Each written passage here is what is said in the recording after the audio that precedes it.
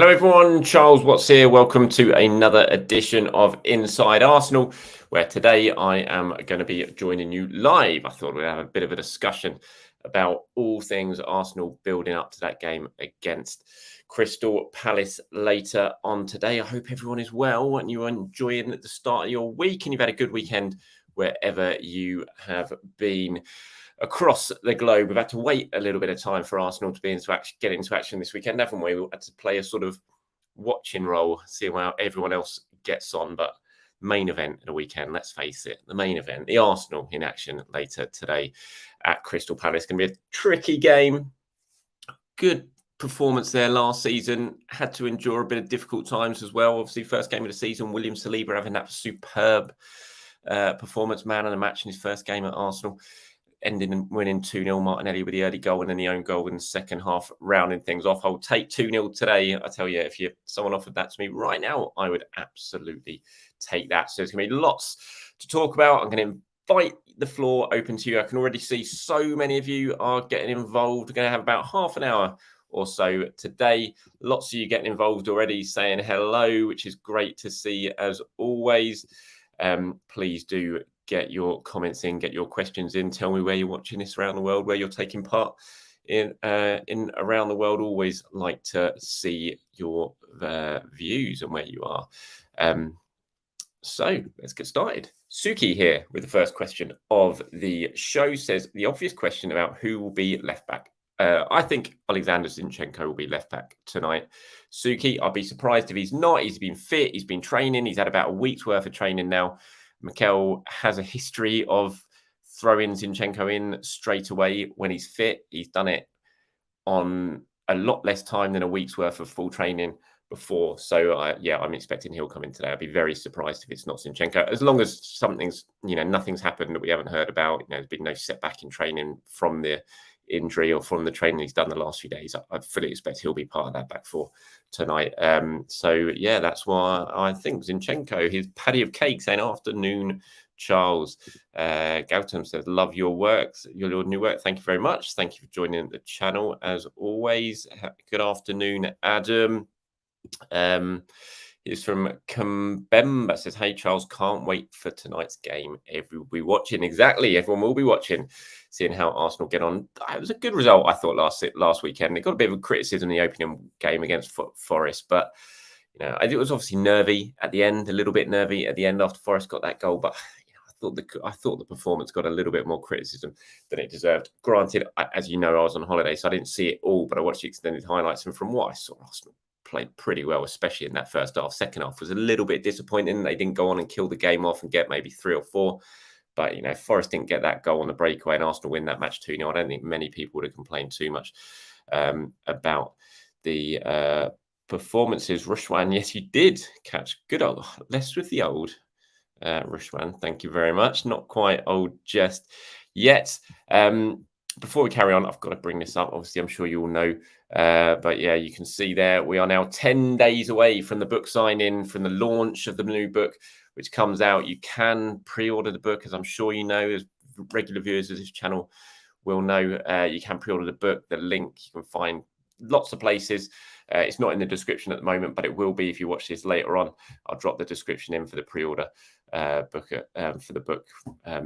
But yeah, you can find it on my social media as well. So please do. And if you are around North London on the 31st, then get over to the Tollington, join in this night, which should be great. Gunner Blog, aka James Mint-Nicholas, I'm sure you all know he is going to be joining me as well for part of the Arsenal Q&A and the conversation we have. So please do get yourself down the Tollington, have some drinks, join in a fun evening of Arsenal debate. It should be lots of fun.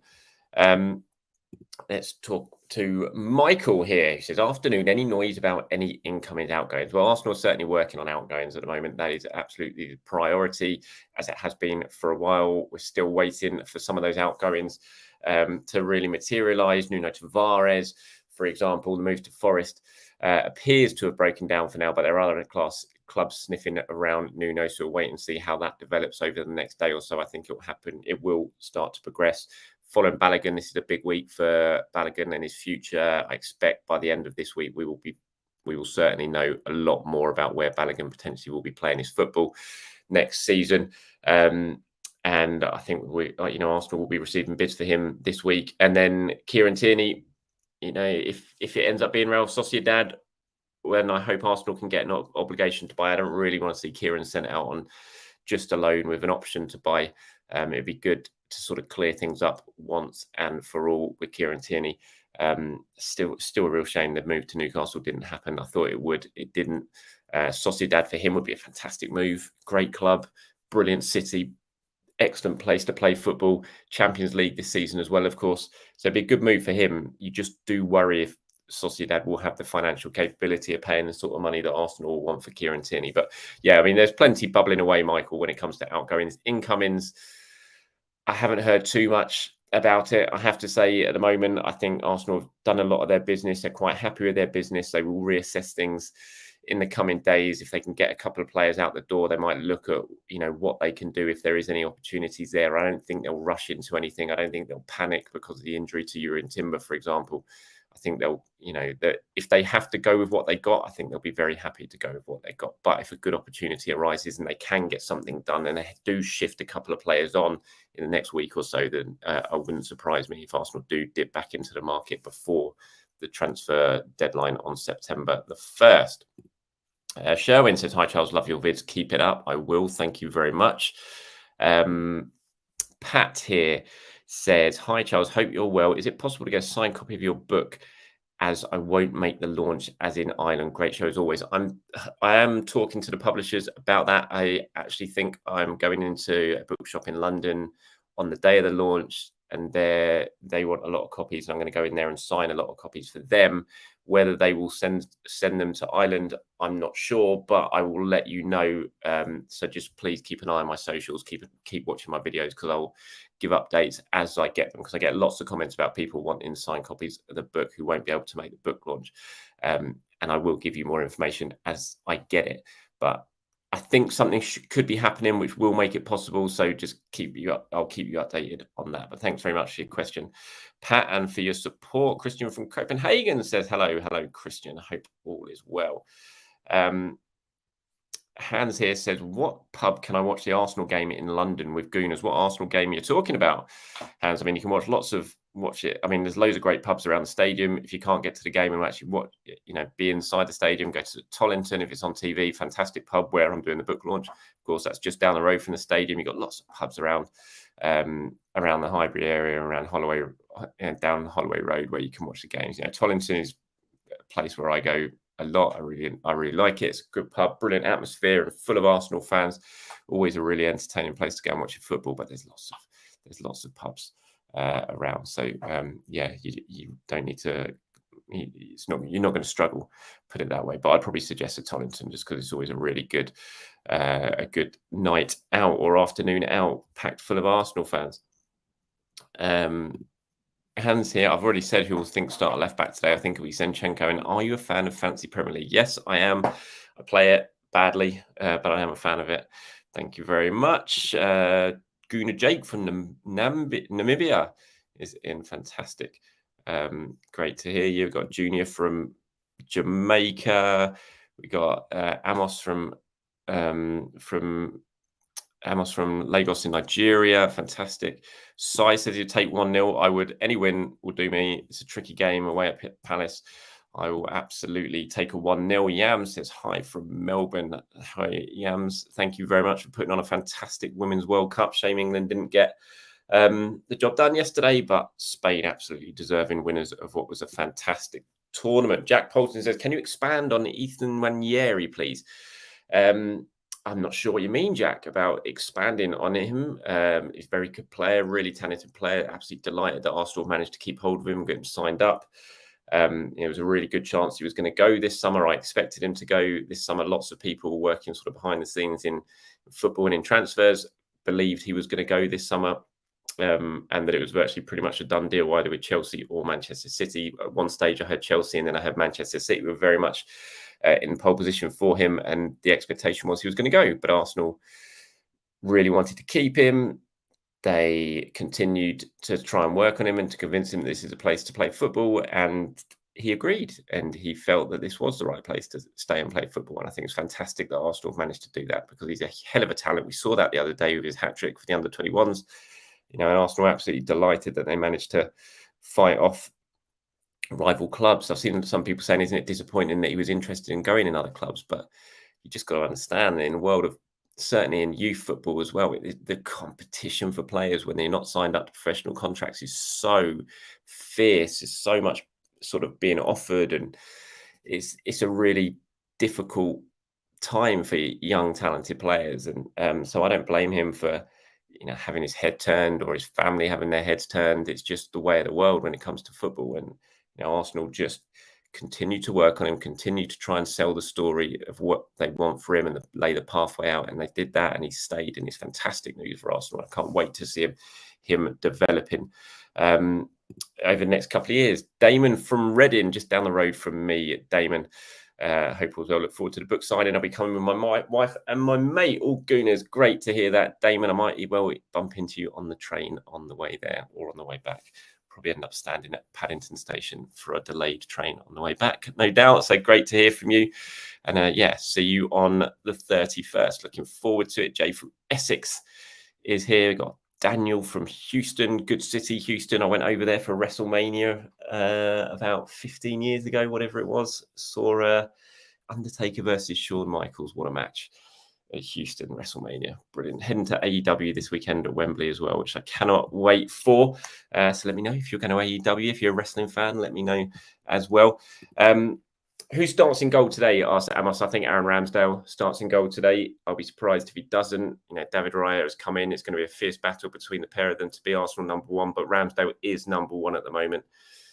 He's got the shirt, and it's up to David Raya to try and take it off him. And I don't think I'd just be stunned if Raya went straight into the team. You never know with Mikel Arteta.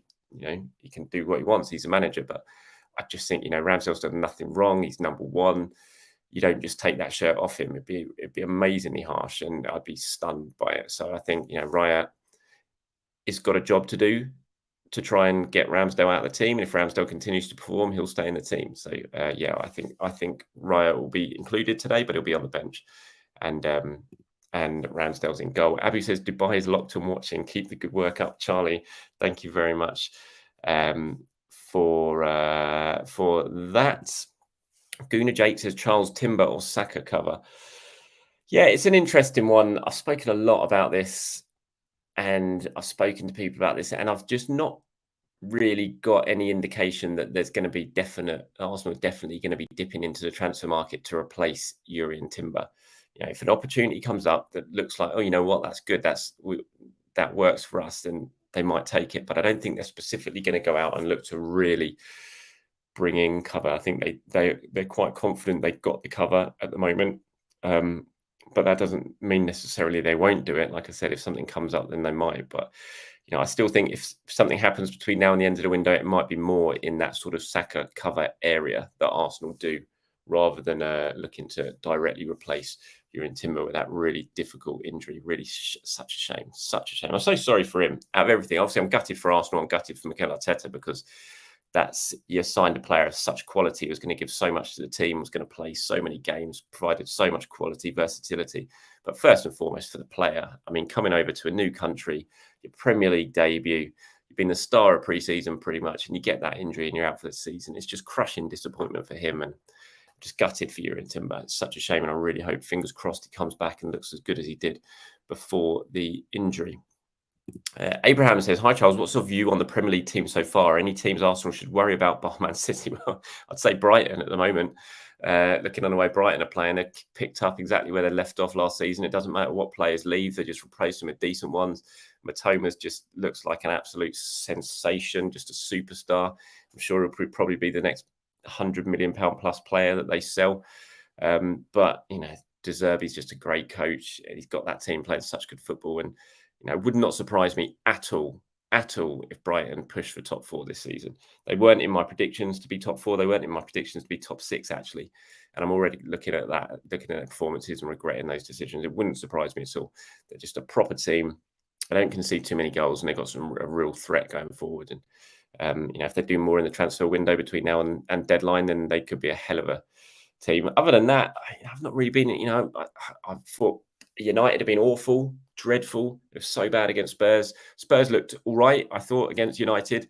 Doesn't surprise me. I think Postecoglou's a good manager, and I think he'll do good things with Tottenham. And even with Kane going, I think they'll be better than we've seen from them of late.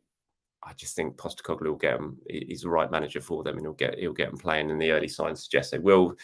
Chelsea are very much a work in progress. That won't be something that just happens overnight. Liverpool will concede lots of goals. I think this season they'll score lots of goals, but they'll concede lots of goals. So I don't look at what I've seen from any of the teams so far, other than Manchester City, and think Arsenal got too much to really worry about. I think if Arsenal can maintain the level they showed last season, then I think they're going to be right up there with Manchester City again. AFC_J says, does Partey start at right back? I don't think he will tonight. I think Ben White starts at right back. I think Gabriel comes back into the team alongside William Saliba, Zinchenko at left back, and Ben White goes over to right back. I think Thomas Partey might well play in midfield. I'd be really surprised if Gabriel doesn't start. I can kind of understand Mikel stinking against Forest at home with the way the Forest were going to play, but I think tonight away at Palace, who can be a physically demanding team, I think you're just going to want Gabriel in that centre-back partnership with Saliba, and you want Thomas Partey back in midfield. So, no, I don't think he does. I think he goes back in midfield. John Smith said, any truth in a dressing room bust up? I haven't heard that at all. So I can't really comment on it, I'm afraid, but I don't know if anyone else has heard that, but I haven't heard anything about a dressing room bust up. It does happen, happens all the time. There's always fights in the dressing room, but I haven't heard anything on that. DJ says, any news on Balogun holding Tierney? As I said at the start of this, I think Balogun, we're going to hear, I think there's going to be developments this week. I think bids are going to come in this week, and that Arsenal want it done relatively quickly, and Balogun wants it done relatively quickly now. So I think this is going to be a really crucial few days coming up for following Balogun. Rob Holding, Besiktas again, continue to be interested. They did have a bid a while back that was rejected, which was just a shockingly low bid, £2 million or something, which is just not. Rob Holding is worth more than that. So it was rejected, quite rightly. It was rejected. Whether they come back in and put a bigger bid in for Holding, wait and see. Tierney, like I said, it's kind of similar to Balogun. I think this week could be really crucial when it comes to Kieran Tierney. And I think a lot just revolves around the talks that take place at the moment with Real Sociedad, and whether Sociedad can put something on the table that is in and around what Arsenal want, even if it is a loan, whether they can come up with some sort of obligation to buy clause and a figure, more importantly, that kind of matches what Arsenal want for Kieran Tierney. So I think for Tierney and for Balogun, this is going to be a big week. In terms of Holding, I think that's just bubbling away under the surface at the moment, and we'll wait to see if anyone comes in with an offer, whether it be Besiktas or anyone else. I do think he'll go though. Here's his, do you think Holding? Do you see Holding leaving the club? I do think he'll go. I think if he doesn't, Mikel won't be disappointed, and Arsenal won't be disappointed, because they rate Rob Holding. I think he's a good player. He's brilliant behind the scenes. He's a real leader in the dressing room. But I think everyone understands that it's best for Rob Holding if he does go this summer and continues his career basically elsewhere. Here's one from 11-8 Vids. Do you think Havertz is left out to start at 11? I've got a feeling we might see Havertz play as a central striker tonight. I wouldn't be surprised if Eddie is left out. It's a bit harsh considering what he did last weekend, scoring a goal.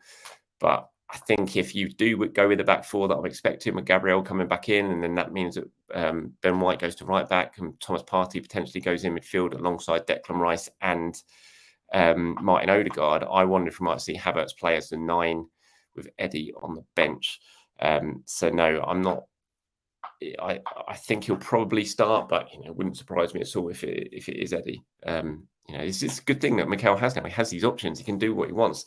I think we're all going to be sort of second guessing the starting 11s between now and the end of the season. Whereas last season, we basically knew who was going to start. If everyone was fit, we knew who was going to start. Even if there were 1 or 2 injuries, we knew who was going to start. But I think now he has options and versatility in the squad that means he can do a lot and will surprise people a lot, just like he did against Nottingham Forest last weekend. I think this will be very, very similar in many weekends of the season, that we'll all look at the starting 11 when it's announced an hour before kickoff and be like, what's he done there? Who's playing in what position? What's he done? And tonight might be another one of those. But I do think Havertz might well be it might well be in the starting 11. Here's one from Oscar. Says, afternoon, Charles. I know you're a big fan of him, but is it looking more and more like a bullet dodge with Mudryk, or is there still a player in there? I think there's a player in there 100%. And I think it's really hard to judge what he's doing at Chelsea now to what he could have been doing if he was at Arsenal now. I think Mudryk went to a club that he didn't want to play at, that it was a complete mess. And I don't think he's happy. I don't think he's been happy since he's been there. I think he would have loved to have been at Arsenal. Well, I know he would have loved to have been at Arsenal. And but it didn't happen. Shakhtar didn't agree a fee of Arsenal. They did agree a fee with Chelsea. And then it was, off you go. We've accepted this big fee for you. Off you go. And so I think it's really, really hard. I think he's a really good player. I think he would have been excellent at Arsenal. I think Mikel Arteta would have got the best out of him.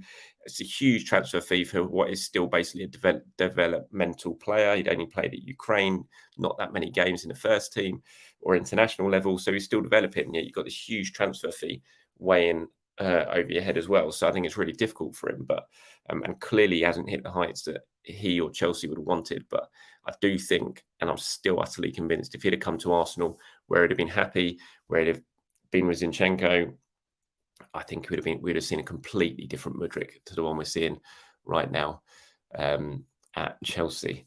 The Red Gorilla. Did you play at a decent standard yourself? Absolutely not. Absolutely not. No, I was rubbish. Well, rubbish is probably a little bit harsh. I was better than my brothers. But no, I played at just a normal level. Never anything more than that. Didn't have the pace. If I was a bit faster, I think I'd have been a pretty decent player. I was quite clever. I think I had quite decent technique, but I was just ridiculously slow, and that always caught up with me. So yeah, thank you very much for that. Is Pepe back training with the squad? No, he's not. Which must be, it's a pre-arranged thing, obviously, between Arsenal and Pepe and his representatives. It was decided for whatever reason, you're not going to come back. You stay wherever you are, and we will try and sort out your future. At the moment, they haven't been able to sort out his future, and I still think the most likely scenario at the end of all this will be Arsenal end up coming to an agreement to pay up his contract. But that's just a hunch. That's not based on information at the moment. But I just look at who's going to come in now and bid for Nicolas Pepe. I just don't see it. They'd be mad. Why would they? They must be looking at the situation thinking, yeah, Arsenal are going to pay up his contract. So why are we going to bid for him? And I think that's what happened. Whether you agree with it or not, I think it's a good thing or not. It does feel like a bit of a shame, but that's the way it is. Because he's a good player, Nicolas Pepe. He's not a brilliant player by any means. He's certainly not a £72 million player, but he's a good player.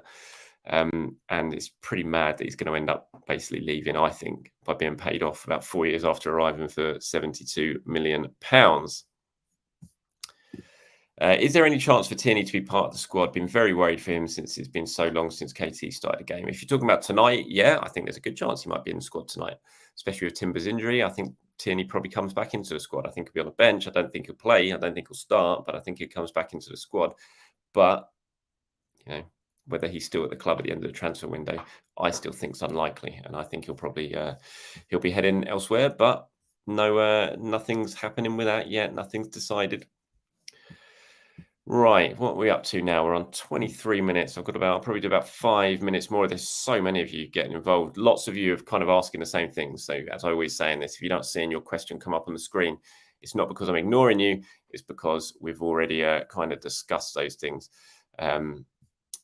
And yeah, I don't just want to completely repeat myself. James from Sydney, what a wonderful city. Hello, James. I hope you are doing well. So I says, what do you think of Brighton's chances at the title? I don't think they're going to win the title, but as I said earlier on in this, I really think they've got a good chance of being top four. I think they're a fantastic side. They score goals now, which is always their problem, but they share their goals around now. They've got goal threats from everywhere. They're good defensively. They play brilliant football. They press well. Just a fantastic side, and it wouldn't surprise me at all if they really do push for top four. I got someone from Philly in the USA, home of ECW. Great city that is as well. Here's one from Zoo, says, do you think there is still a chance to go for Kudus? And I think he would be good backup for Saka. I've said it before. I think he'd be really good backup for Saka.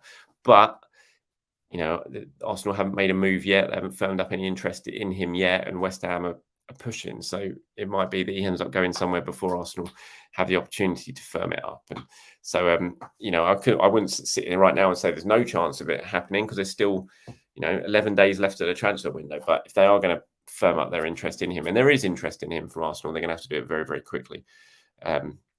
Here's one from Obi, says, it would be nice to see if Arteta would have chosen Timber over Zinchenko to start. Anyway, do you agree we need a defender, either central or on the wing, and a striker this window?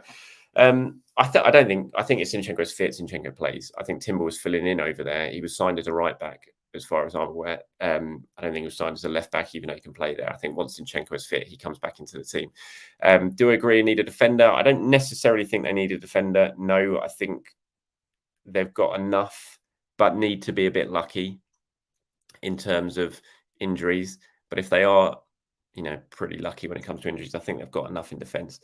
I don't think you can fix every injury by signing someone, because that just leaves you at the end of the day with a bloated squad that at some stage is going to cause you problems. Do I think they need a striker again? I would much rather see more of a right-sided player who can play up front come in this summer. If they're going to do something, I think there's more necessity for giving Arteta another option on the right side of attack than there is in central striker. I still think Arsenal got enough, and I think the way they play and the way they share goals around, I don't think not signing another central striker would be a disaster. From that, Jack says, thoughts on Fabio Vieira and ECR? Big season for both of them. Fabio absolutely must do better. I think that's fair to say. After his first season in England, had some bright moments, really faded away in the second half of the season, looked a little bit lost at times.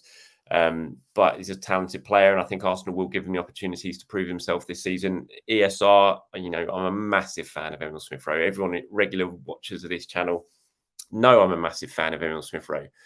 And I would love for him to get more game time this season. I think Arteta needs to give him more game time this season, because I think there's a real player there who can really, really help Arsenal. And from what I understand, he's working really hard behind the scenes to force his way into Arteta's plans this season. And I hope he does, because I think he's a fantastic player, and I really do want to see him have a big season for Arsenal, because last year I just don't think Arteta used him enough in that second half of the season. Okay, I'm just going to quickly flick through. This one from Devon says, do you think the injury to KDB makes Arsenal's title chances better? Well, it certainly doesn't harm them. Fantastic player, massive player to Man City. The fact they're going to be without him for 3 or 4 months is huge. But this is Man City we're talking about. They've got plenty. You lose Kevin De Bruyne, you bring in Phil Foden. We saw it the weekend against Newcastle. Foden was brilliant. He was named man of the match. So I don't think it necessarily ends their title hopes by any means, but it's not going to improve them. Aquafreak says, will the Q&A from the book launch be uploaded on here? I'm still sort of mulling over the best way to do that. I would love to do it, whether it's a live stream or sort of recorded and then uploaded. I'm not sure, but I'm hoping there's going to be some sort of content from the book launch that I can upload for those around the world who aren't able to go, but do want to sort of see what happened and see what was discussed and hear what was discussed, that you can do it. So I will continue to update as we get closer to that.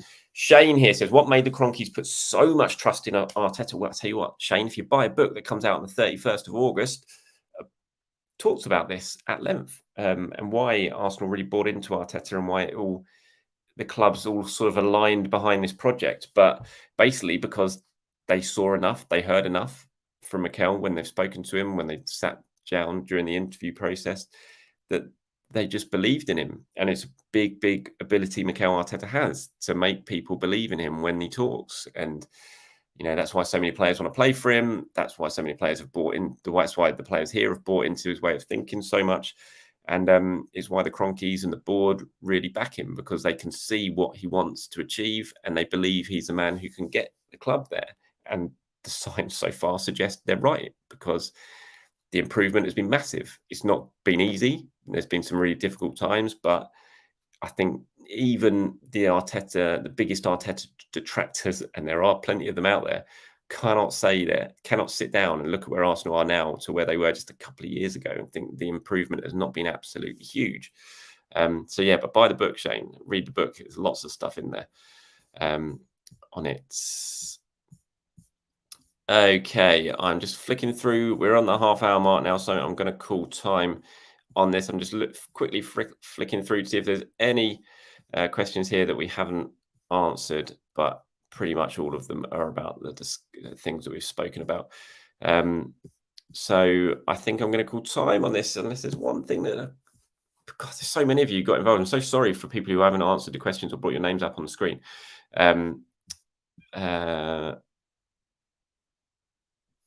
Last one. I've got to talk about the book again. Justin says, taking the family away next week, so gutted I'm unavailable on the 31st. Anyway, I get my book signed after the night at the Tollington. Hopefully, yes, Justin. Like I said, there is stuff going on at the moment. There are talks taking place. Like I said, there is going to be a bookshop in London where I'm going to sign a load of copies as well, and then they're going to be able to sell them. So there is stuff like that happening, and just continue to check back and continue to ask this question, leave comments on my YouTube videos, to sort of message me on Twitter as well, or X, whatever you want to call it now, and I will do that, because lots of you do want these book signs. Lots of you understandably can't make the book launch, so hopefully we can work on something that can ensure you do get your hands on a signed copy.